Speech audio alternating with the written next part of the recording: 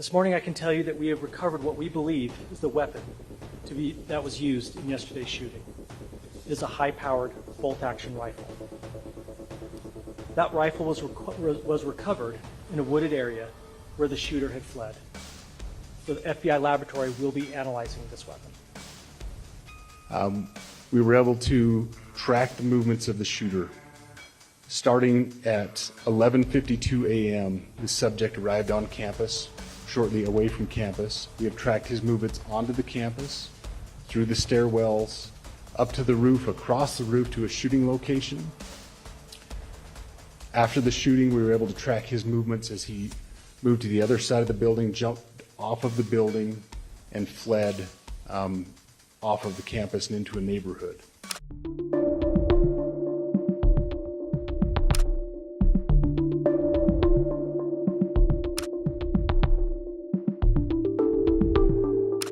Investigators released 2 images of the person and appealed for tips to help solve the shooting of Charlie Kirk, a close ally of President Donald Trump. The unidentified suspect is believed to have jumped off a roof and fled into a neighborhood after firing 1 shot, authorities said. A high-powered bolt-action rifle, which they believe was used in the attack, was recovered. Video recordings of the person they believe was responsible are being reviewed. The agency released 2 photos of a person of interest in connection with the shooting of Charlie Kirk as investigators appeal to the public for information. The photos show a person wearing a hat, sunglasses, and a long-sleeve black shirt. Law enforcement recovered a Mauser .30 caliber bolt-action rifle hidden in a towel in a wooded area near the university campus, along what they suspect to be the shooter's path as they fled the scene. In addition to the spent cartridge recovered in the chamber, 3 other rounds were loaded in the magazine. The weapon and ammunition are now being forensically analyzed by law enforcement at a federal lab for clues that could help identify the shooter or their motive. I'm Bo Mason, Commissioner for the Utah Department of Public Safety. I'd be remiss if we didn't start off today and recognize the significance of the day. Historically, on 9/11, law enforcement has come together as a group to recognize and honor those that sacrificed to preserve the ideals of this country, the freedoms of this country. And instead, we find ourselves today hunting a murderer who chose to violate our rights, the rights of an individual within this country.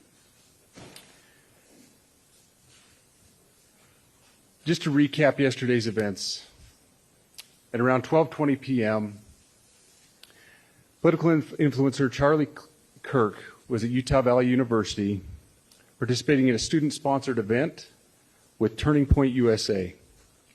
Charlie was shot at that event. He was transported to a local hospital where he later passed. Last night, his body was moved to the state office of the medical examiner. We will continue to facilitate movements to get him home today and with his family.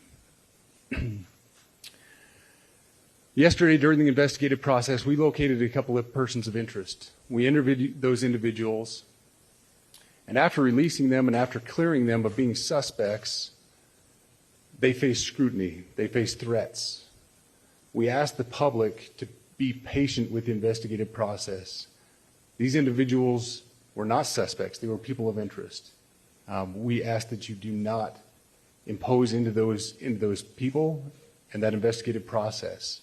They don't deserve that harassment for being subject to that. I'd like to thank all the investigators that are involved in this. They have worked around the clock. All day yesterday, through the night last night, investigators from the State Bureau of Investigations, from county, from city agencies, the university, our federal partners with the FBI, the ATF, and many others. Those are just a few of the people that we have involved in this. I'd like to thank all of them for their strong work. Through all that work last night, we were able to make a few breakthroughs. We were able to track the movements of the shooter. Starting at 11:52 a.m., the subject arrived on campus, shortly away from campus. We have tracked his movements onto the campus, through the stairwells, up to the roof, across the roof to a shooting location. After the shooting, we were able to track his movements as he moved to the other side of the building, jumped off of the building, and fled off of the campus and into a neighborhood. Our investigators have worked through those neighborhoods, contacting anybody they can with doorbell cameras, witnesses, and have thoroughly worked through those communities, trying to identify any leads. We do have good video footage of this individual. We are not going to release that at this time. We are working through some technologies and some ways to identify this individual. If we are unsuccessful, we will reach out to you as the media and we will push that publicly to help us identify them. But we are confident in our abilities right now, and we would like to move forward in a manner that keeps everyone safe and moves this process appropriately. Last night I communicated with Erica. The family's devastated. As a commissioner of public safety, as a father, as a husband, I can only imagine what that family's going through. The heinous event that happened yesterday is not Utah. This is not what we're known for. Over the past several weeks, we've seen this state come together to help families in mourning, come together as a community to show what Utah is known for a state of character, of service, of camaraderie, of a neighboring feel. We will not stand for what happened yesterday. We are exhausting every lead. We have every officer invested in this, every investigator, every local agency. The outpouring of support from the law enforcement community has been astounding. We are investing everything we have into this, and we will catch this individual. Having walked through the crime scene, through the hallways of this school, through the classrooms, I can't imagine what the people on scene felt as well. A horrific event where some of them barricaded in classrooms, some of them ran in fear. Can't overstate the tragedy and the horrific event that yesterday was, and how we will work to bring to justice the actions of one individual or any other individuals that assisted in that. Our state has gone through a lot, and we will come out successful. With that, I'll turn the time over to Special Agent Bowles. Good morning. My name is Robert Bowles, and I am the Special Agent in charge of the Salt Lake Field Office. Following yesterday's tragic shooting of Charlie Kirk, FBI agents have been working around the clock in coordination with our law enforcement partners. We are and will continue to work nonstop until we find the person that has committed this heinous crime and find out why they did it. This morning I can tell you that we have recovered what we believe is the weapon that was used in yesterday's shooting. It is a high-powered bolt-action rifle. That rifle was recovered in a wooded area where the shooter had fled. So the FBI laboratory will be analyzing this weapon. Investigators have also collected footwear impression, a palm print, and forearm imprints for analysis. Now, I understand there are a lot of questions about motive. I assure you that all leads, tips are being fully investigated. As of this morning, we have received more than 130 tips. We thank the community for that. The FBI has brought every resource to bear, and we will continue to do so throughout the course of this investigation. The FBI's mission is to protect the American people. It's to uphold the Constitution of the United States. Any attack on the First Amendment is an attack on the very foundation of our democracy. That is why we will relentlessly pursue this case and the shooter until we find him. We also continue to grieve with the family and the community. It's our community. If you have any video or images from the shooting, we ask you to please submit them to our digital media tip website at www.fbi.gov/Utah Valley Shooting. You can also call the FBI at 1-800-CALL-FBI. We truly rely on the public's help in these types of cases, and no tip is too small or insignificant. Thank you.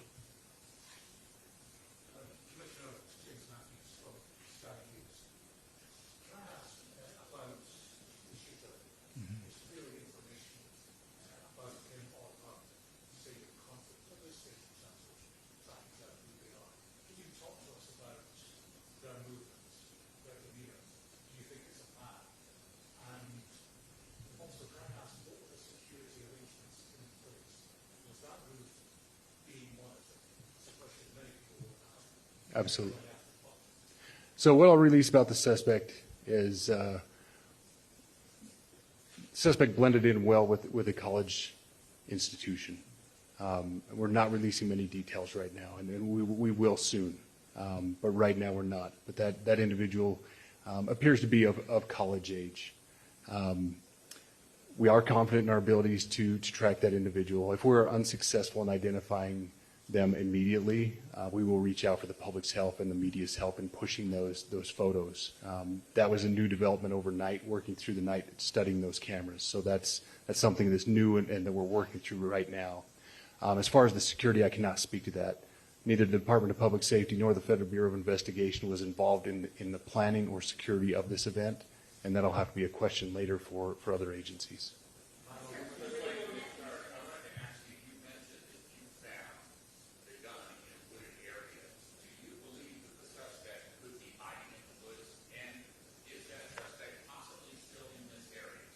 So that's a good question, and it's a question that goes to the safety of the community, right? No, not in those woods. We've walked through those woods and secured it. As to the community, I can tell you that this was a targeted event. We don't believe that the community is at risk. However, we are exhausting every resource to find him, and we will do so.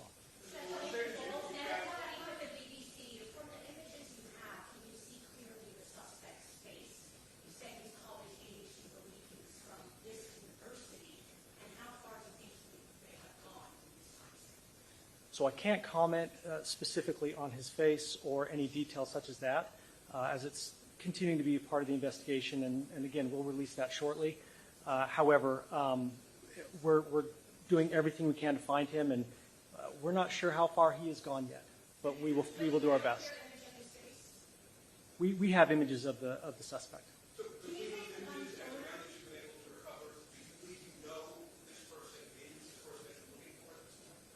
Again, as part of the investigation, we're not releasing any details such as that right now.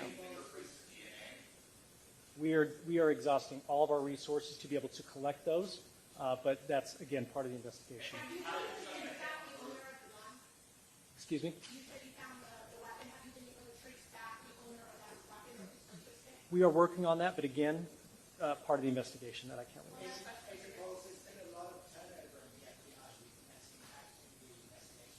Not at all. We've got complete and total support from everyone, from the director on down, and it's been an incredible supportive environment so far.